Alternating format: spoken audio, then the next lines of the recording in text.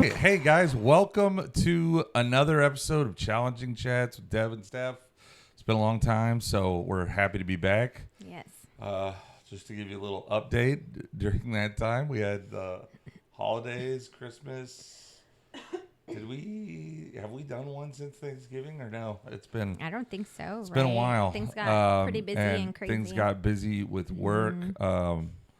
Lots of projects. And lots of people in town. Lots of things happening. All good stuff. So all good things. We're back. It's a new year, new president, new government. It's pretty crazy. New. All sorts of good things. So with that said, today I want to talk about a new topic that I saw pop up on one of my feeds somewhere. A lot has happened actually since we were gone in just the world in general. I feel like there was a lot of light shed on issues, a lot of truth being thrown out there. And, it's good. It's good what's happening in the world as far as truth getting out there. So I saw this thing pop up on my feed, and it was this healing yoga thing, and when you looked at it, you're like, oh, that looks awkward.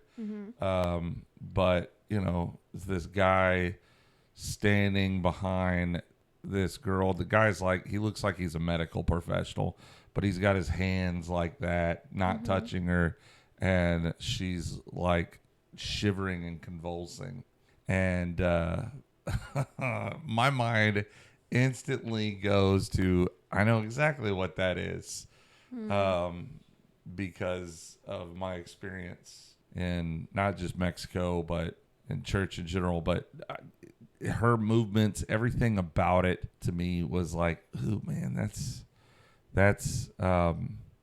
satanic, like straight up demonic activity. And so it's to me, it just brought it brought to this question. We were talking about this the other day.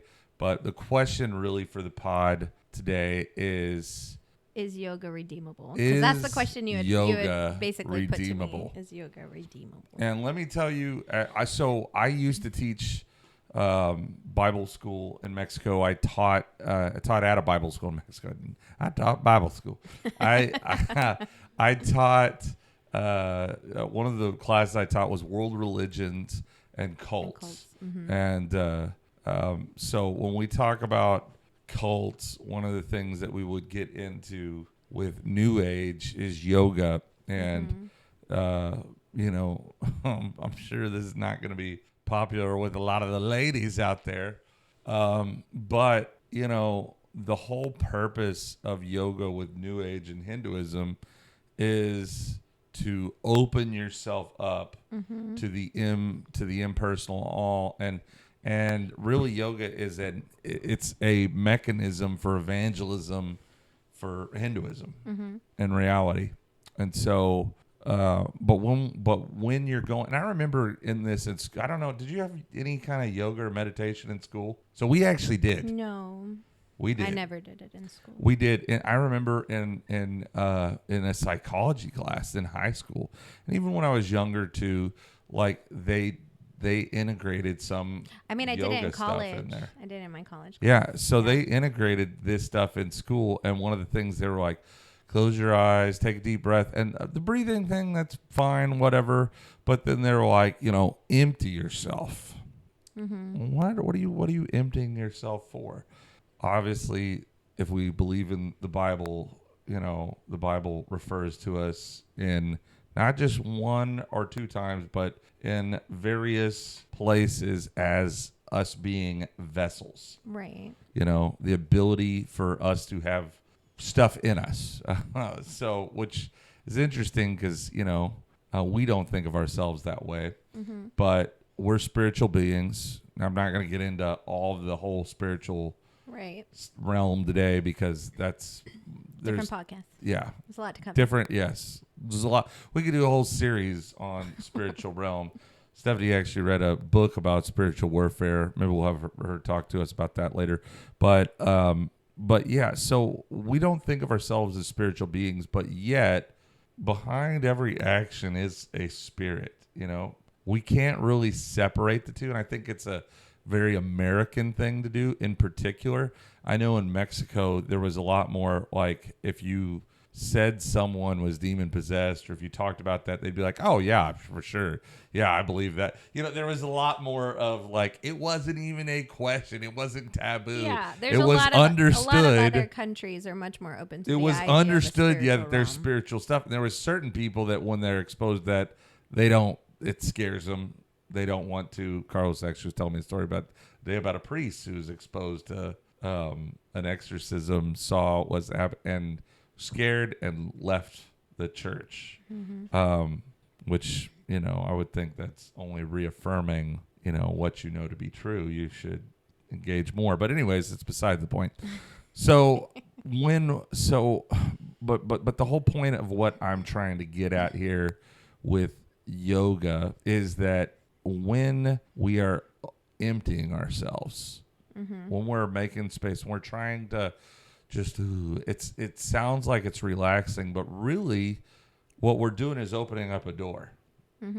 And what's going in there? What's going in there? The whole yoga thing, the teaching was you're trying to become one with the impersonal all. Right. One with the universe. Ever heard of that? One with the universe? Sounds really great because, you know, because the kingdom of darkness doesn't want you to say being one with the kingdom of darkness. That would sound way worse. Oh yeah, being one with demonic spirits and entities.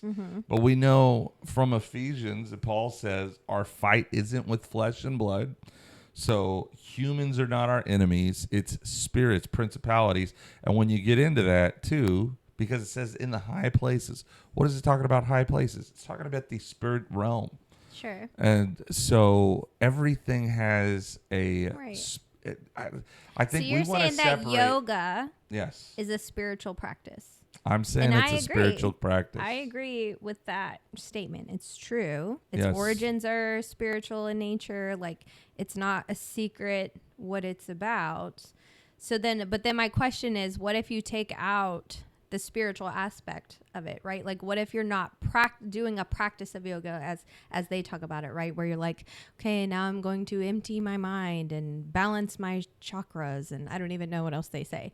And instead, you're literally doing it as exercise movements, right? Yeah, if you're stretching. But that's what I'm saying. So again, our initial question is yoga redeemable? And I think you differentiate, right? Like, it's important because yoga, if you're talking about the practice of yoga, and even when you go to gyms and that do yoga you go to classes. Yoga studios, it is generally, my experience has been, it is the practice of a spiritualized yoga as opposed to just we're exercising.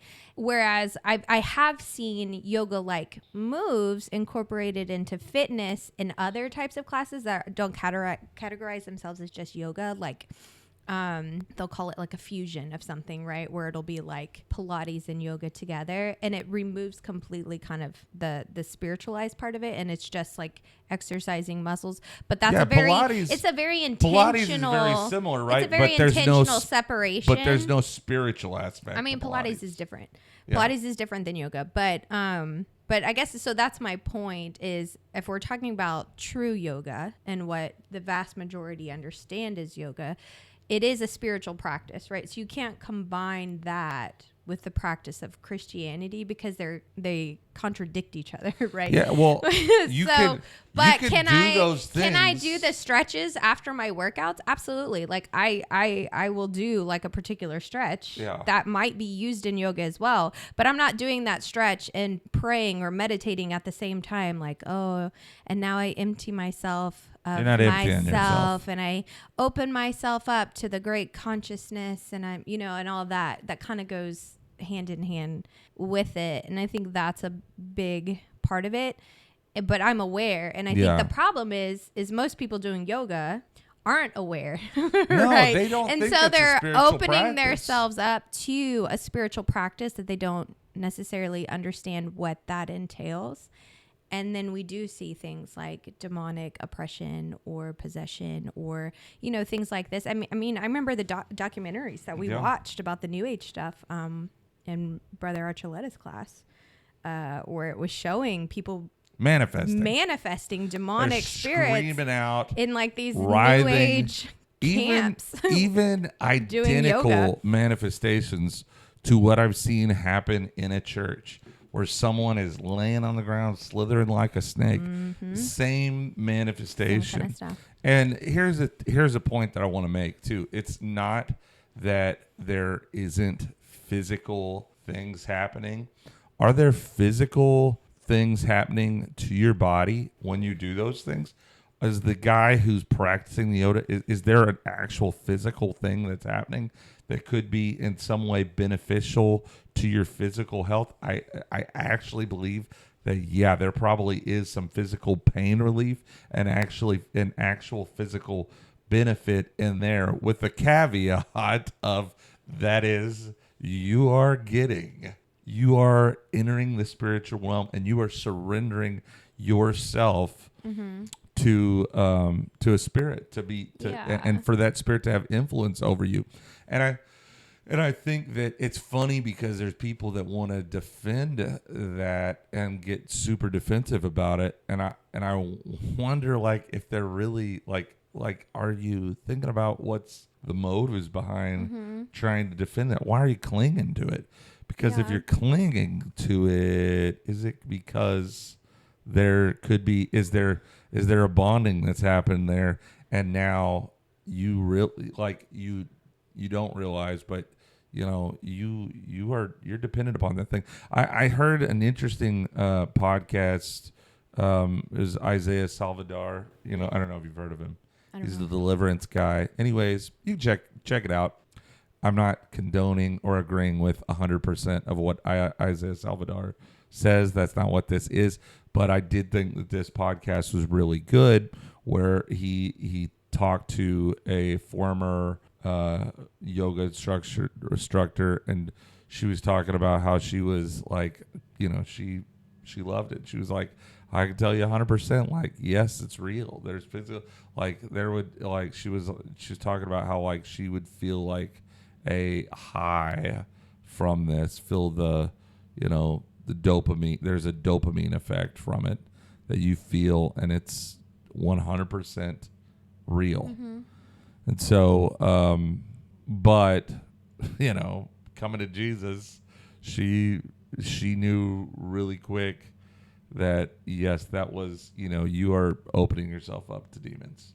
And so it wasn't a hard thing for her to give up. And, like, she's like, yeah, look, I'm all for being fit. Right. Just not that.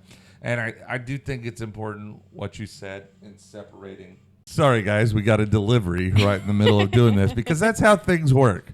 So, it's important to distinguish between, like, here's the thing. I've seen people, like, they'll take a physical thing and they'll attribute something, like, spiritual to that physical thing, and then that thing isn't redeemable. Like, stretching is, there's nothing necessarily spiritual about stretching. Right. It's physical.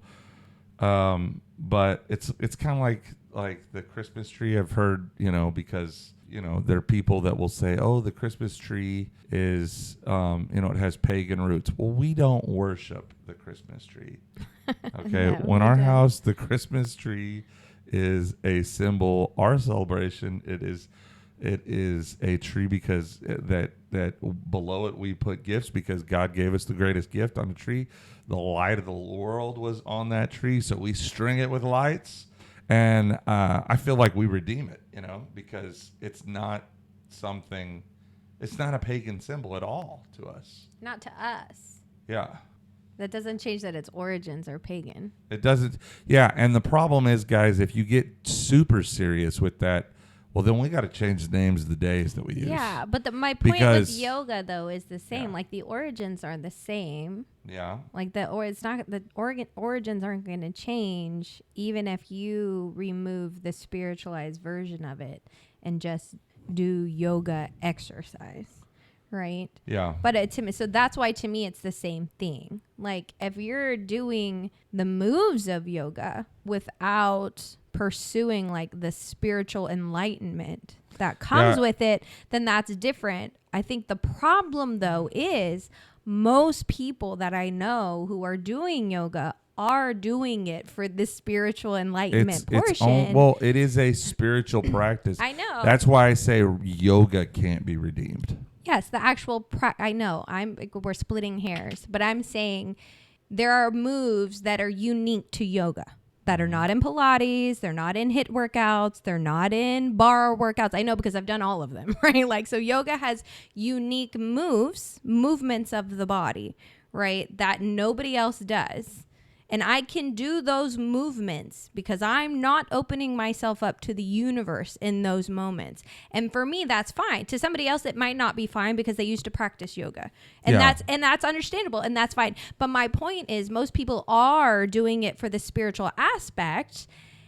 And that opens you up to the spiritual realm, and you may not even know what you're opening yourself up to. But what I would say to those people, because they're seeking a spirituality, right, is that the same things that yoga is teaching and practicing, like meditation, like don't worry, like emptying yourself of your worries. Yeah, that's casting your cares on the Lord, right? Like, there's this, the spiritual principles are in God's word.